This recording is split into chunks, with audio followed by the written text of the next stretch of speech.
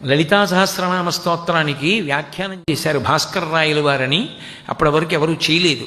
ఆయన అమ్మవారు అడిగింది, భాస్కర రాయల నువ్వు లలితా సహస్రానికి భాష్యం చేయమంది. అంటే ఆయన అన్నారు, నేను చేయనన్నారు. ఎందుకు చేయమంది ఆవిడ. నాకు అప్పు ఉంది, నేను చేయనన్నారు. అప్పున్నవాడు భాష్యం చేయకూడదు, నేను అప్పు తీసుకున్నానమ్మా, ఒకరి దగ్గర తీర్చలేదు ఇంకాను, అందుకు నేను చేయనన్నారు. ఆయన మరునాడు పూజకు కూర్చునేటప్పటికీ అప్పు తీర్చేసి రుణపత్రం పూజామందిరంలో ఉంది, అమ్మవారు తీర్చేసింది.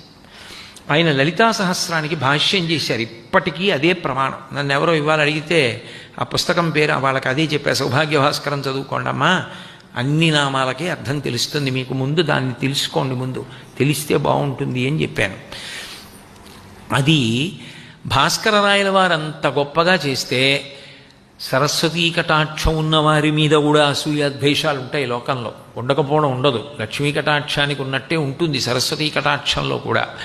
కొంతమంది పండితులు ఆయన కాశీ విశ్వనాథ దర్శనానికి వెళితే లలితా సహస్రానికి భాష్యం చేసేట అందరూ బ్రహ్మరథం పడుతున్నారు, ఈయన సత్తా ఏమిటో తేల్చాలి, ఈయన అవమానపడేటట్టు చేసేయాలని ఆయన దగ్గరికి వెళ్ళి లలితా సహస్రంలో ఓ నామం ఉంది కదా, మహాచతుషష్టి కోటి యోగిని గణసేవిత, 64 కోట్ల మంది దేవతలు అమ్మవారిని సేవిస్తారు కదా, వాళ్ళ పేర్లు చెప్పండి అన్నారు.